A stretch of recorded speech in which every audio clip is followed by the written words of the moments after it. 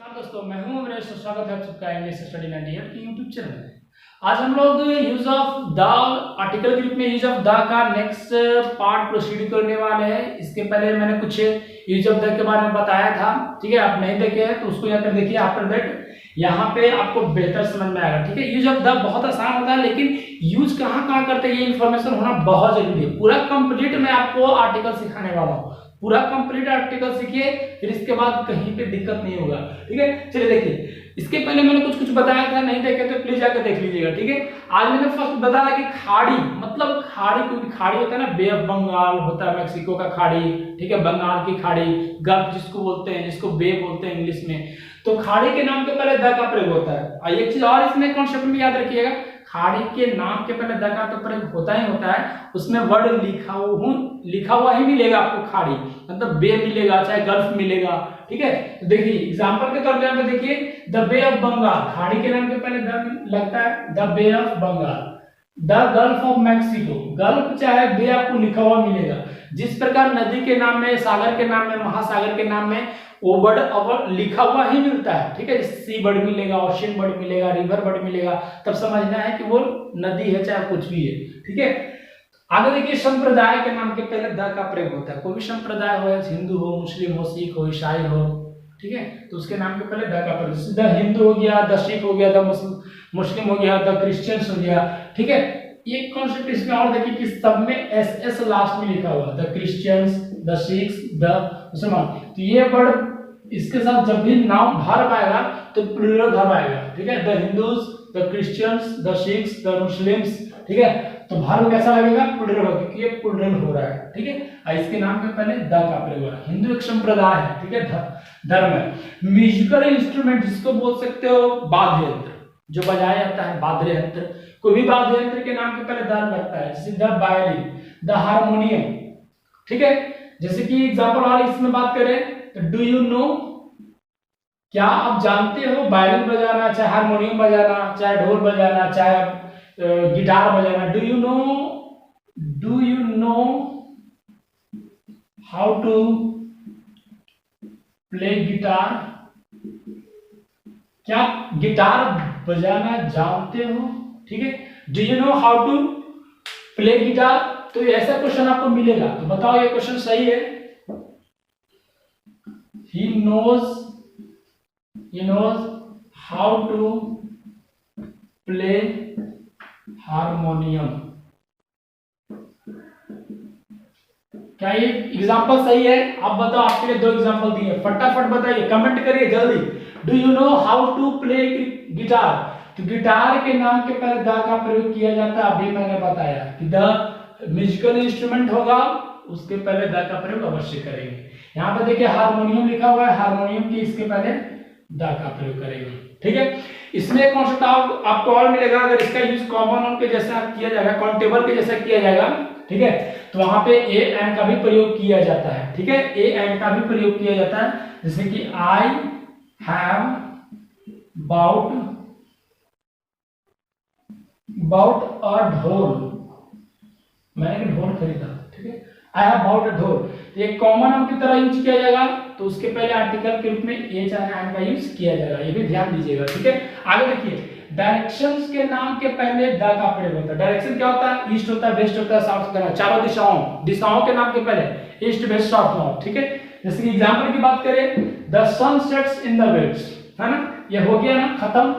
देखिए आगे दिशाओं के नाम के पहले द का प्रयोग होता है, जैसे the sun set in the west, the sun rise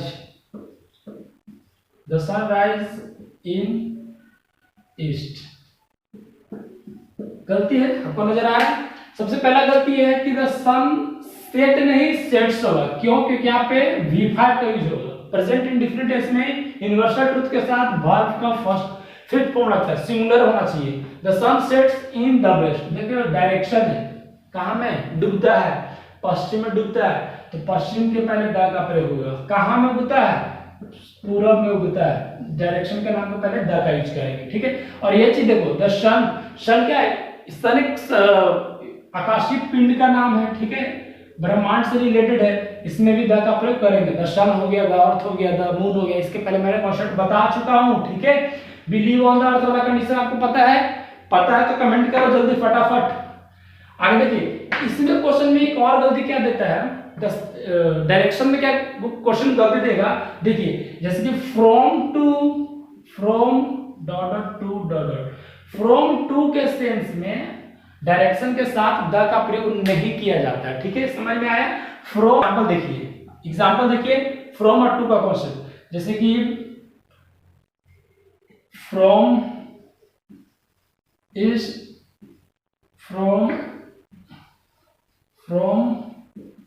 the east to the west. देखिए यहाँ पे फ्रॉम और टू का कॉन्सेप्ट चल रहा है। फ्रॉम और टू के रिस्पेक्ट में आपके डायरेक्शन के साथ डायरेक्शंस के साथ, ठीक है, द का यूज नहीं करते हैं, देखिए from the east to west, ठीक है, पूरब से पश्चिम, पश्चिम से पूरब, कुछ भी बोल सकते हो। तो यहाँ पे फ्रॉम के साथ ईस्ट आया, फिर टू आया है, फिर वेस्ट आया है, तो यहाँ पे आर्टिकल नहीं लगना चाहिए। सही क्या होगा? फ्रॉम ईस्ट टू वेस्ट, ये सही होगा। और ये क्वेश्चन बहुत बार पूछा एग्जाम में, ठीक है, एसएससी के एग्जाम में बहुत बार पूछ चुका है, फ्रॉम ईस्ट टू वेस्ट, ठीक है। तो आगे देखते हैं आगे कॉन्सेप्ट क्या होता है, आगे हम देखते हैं।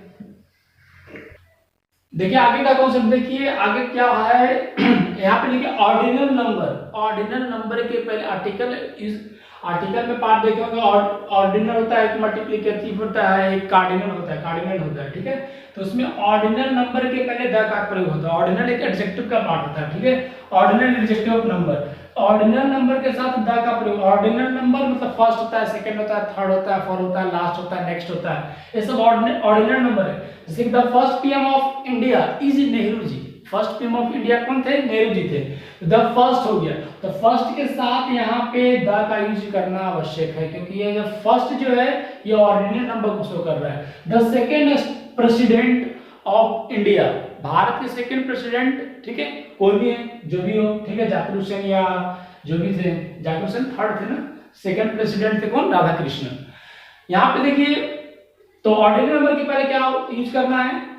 द का प्रयोग करना है। जैसे the last student in the classroom में लास्ट स्टूडेंट कौन है ना, तो the first, the second, the last, ठीक है, द नेक्स्ट स्टूडेंट, तो ये होता है ऑर्डिनल नंबर। ऑर्डिनल नंबर के पहले क्या यूज होगा? द का यूज करेंगे। याद रखना, फर्स्ट होगा, सेकेंड होगा, लास्ट होगा, ठीक है, नेक्स्ट होगा, ये सब चीज याद रखिएगा, ठीक है।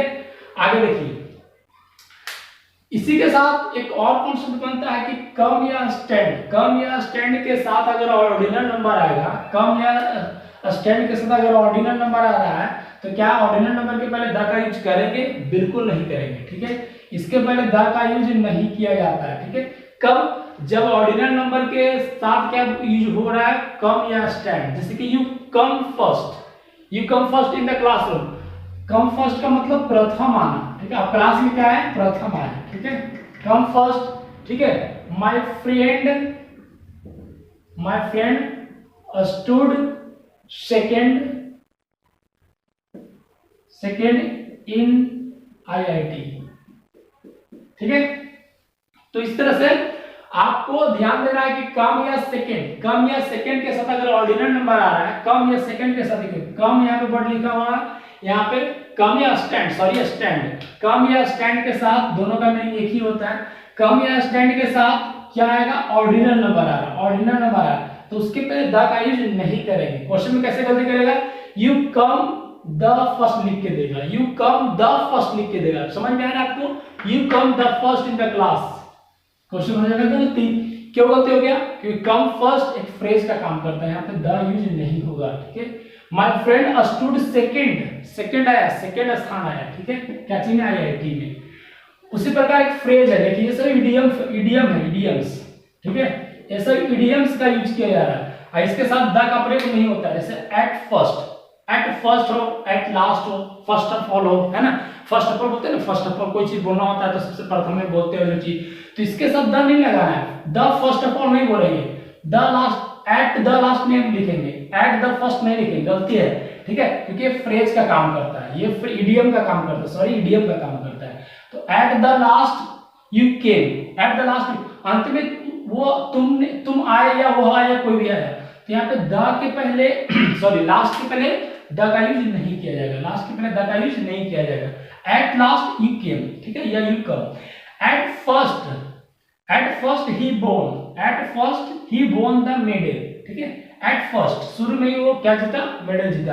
At first, at the first नहीं लिखेंगे, एट द फर्स्ट नहीं लिखा, आपको याद रखना है, at first, at of, first of all एक इडियम है, इसके साथ, ठीक है, द का यूज नहीं किया जाता है। इसीलिए एक और कॉन्सेप्ट मैं आपको सिखा रहा हूं, देखिए क्या है, फर्स्ट या नेक्स्ट, ठीक है, फर्स्ट या नेक्स्ट के साथ, फर्स्ट या नेक्स्ट, फर्स्ट नहीं लिखिए, लास्ट लिखिए, लास्ट या नेक्स्ट, ठीक है, लास्ट या नेक्स्ट के साथ क्या है, कोई डे का नाम आ रहा है, जैसे संडे हो, मंडे हो, कोई भी डे का नाम, वीक हो, वीक, ठीक है, वीक हो लिखा हुआ मिले आपको, मंथ का कोई नाम हो, चाहे मंथ लिखा हुआ मिले, चाहे ईयर लिखा हुआ मिले, ठीक है, अगर ये सब इसके साथ लास्ट या नेक्स्ट वर्ड के साथ, लास्ट बहुत इंपॉर्टेंट चीज बता रहा हूं, ठीक है, ध्यान से देखिएगा, लास्ट या नेक्स्ट वर्ड के साथ आपको कोई डे का नाम मिले हो, डे लिखा हुआ, वीक हो, मंथ हो, ईयर हो, ठीक है, जैसे संडे होता है ना, मंडे होता है, ठीक है,